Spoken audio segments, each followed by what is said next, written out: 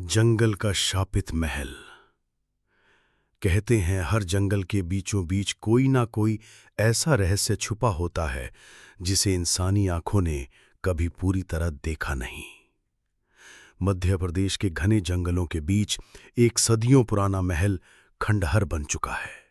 चारों ओर बेल बूटों ने उसे जकड़ लिया है और रात में दूर से देखने पर लगता है जैसे कोई विशाल दैत्य पेड़ों के बीच खड़ा हो। गांव वाले उसे काला महल कहते हैं।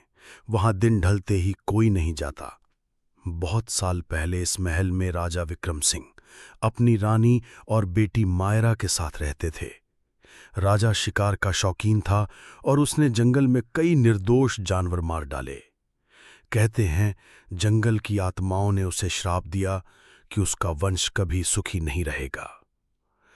एक रात अचानक आग लग गई और पूरी रियासत जलकर राख हो गई।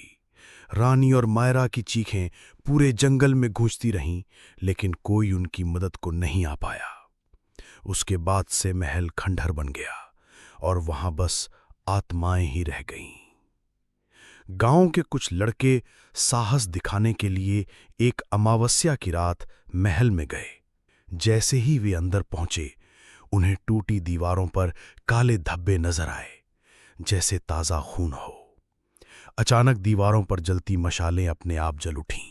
एक ठंडी हवा चली और किसी औरत की करुण चीख गूंज उठी, मेरी बेटी, मुझे मेरी बेटी चाहिए। डरे हुए लड़के भागना चाहते थे, लेकिन दरवाजा अपने आप बंद हो चुका था।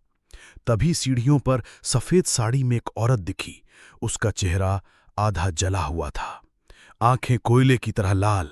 उसके पीछे एक छोटी बच्ची का साया था जो रोते हुए दीवार पर चढ़ रहा था। कहते हैं उनमें से केवल एक ही लड़का जिंदा लौट पाया। उसने कस्में खाईं कि कभी उस रात का जिक्र नहीं करेगा।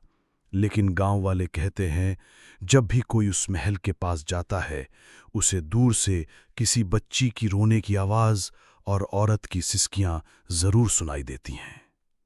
आज तक वो महल वीरान है और जंगल की हवा रात होते ही और भारी हो जाती है। अंधेरे के राज अभी खत्म नहीं हुए हैं। ऐसी ही और हॉरर कहानियां सुनने के लिए वीडियो को लाइक, शेयर और क्रीपीफाई हिंदी को सब्सक्राइब जरूर करें, क्योंकि अगली रात हम फिर लौटेंगे एक और डर के साथ।